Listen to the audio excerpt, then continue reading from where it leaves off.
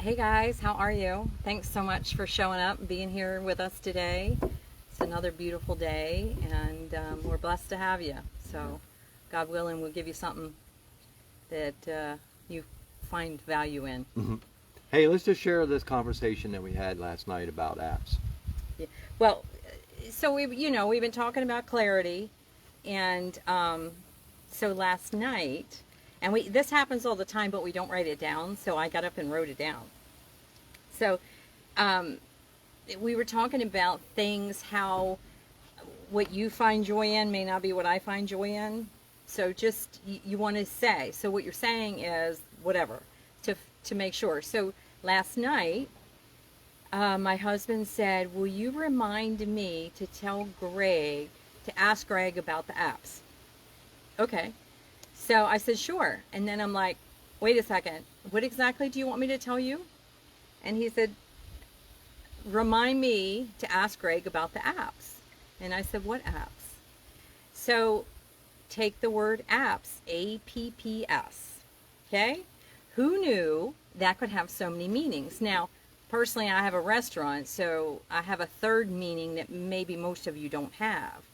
But we have a propane tank, and there's an app for that tells you how much propane you have, so when you're cooking for customers, you don't run out.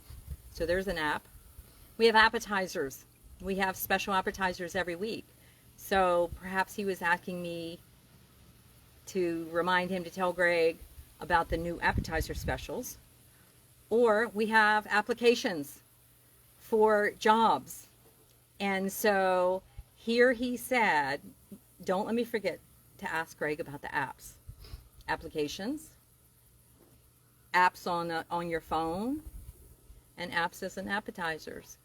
So, clarity is so important. But, the one thing that I thought that was really, that blessed me was that, that she was listening. And so, just in all of that, I would just, encourage you to stop and listen, pay attention to your spouse or other one that's speaking, so that you can ask an intelligent question. So she immediately said to me, "Are you referring, so what I'm hearing you say is you want me to remind you about the app for the propane?" And I was like, "No, I don't want you to remind me about the app for the propane. I want you to remind me about asking Greg about applications for jobs."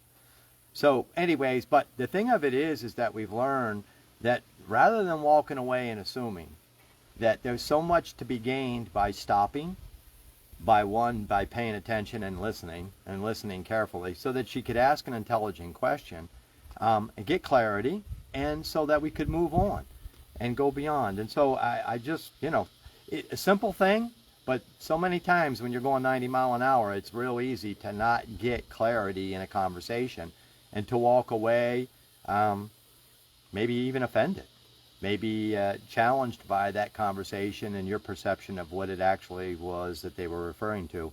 And in some cases, couldn't be further from the truth. Right. So if I would have just stopped and said, "Sure, I'll remind you." Now in my mind, I'm thinking he wants me to remind him about this app that Greg just put on his phone to tell us how much propane's in our tank. So then, easily I could, a week later, just ask him, so what do you think of that app? He wouldn't even know what I'm talking about. So, what do we say?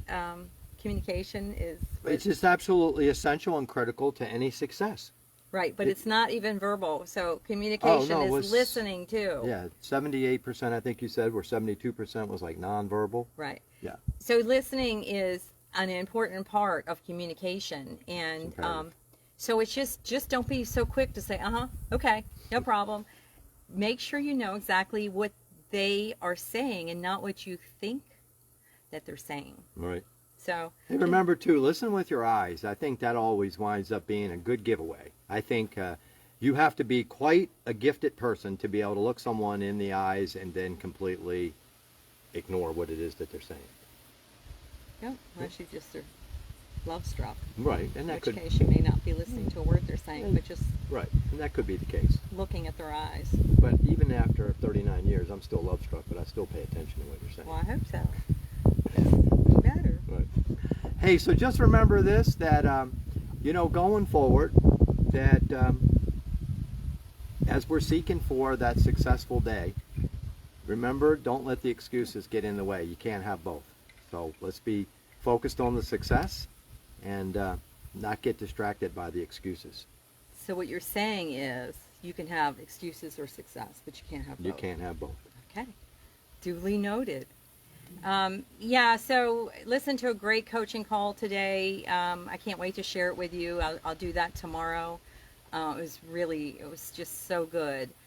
And of course, you know that, we're still dealing with our daughter. And so on a side note, our daughter has esophagus she's being told she has esophagus cancer. And, it's hard. It's hard because if you just really don't agree with a lot of the medical treatments, and radiation and chemo it's a fine line there, guys. It's a fine line, and I know some people swear by it, the good, the bad, but it's tough. That's what my daughter's got to deal with. Her whole life she's thought this stuff was poison, and to do everything she can to avoid it. And now they're telling her it's the only way. So just pray, guys. It's tough decisions that she's trying to make, and make the right one. And at the same time, walk in faith. And so where's the balance? That's that symphony that's so hard to predict how you're going to move through it all. So anyway, we thank you for your prayers so much. And so clarity, guys. Focus on making sure you know what's being said and not what you think's being said. Amen. I love you so much, guys. Have the best day, and we will talk to you tomorrow. God bless you. Have a great day. Bye. Bye.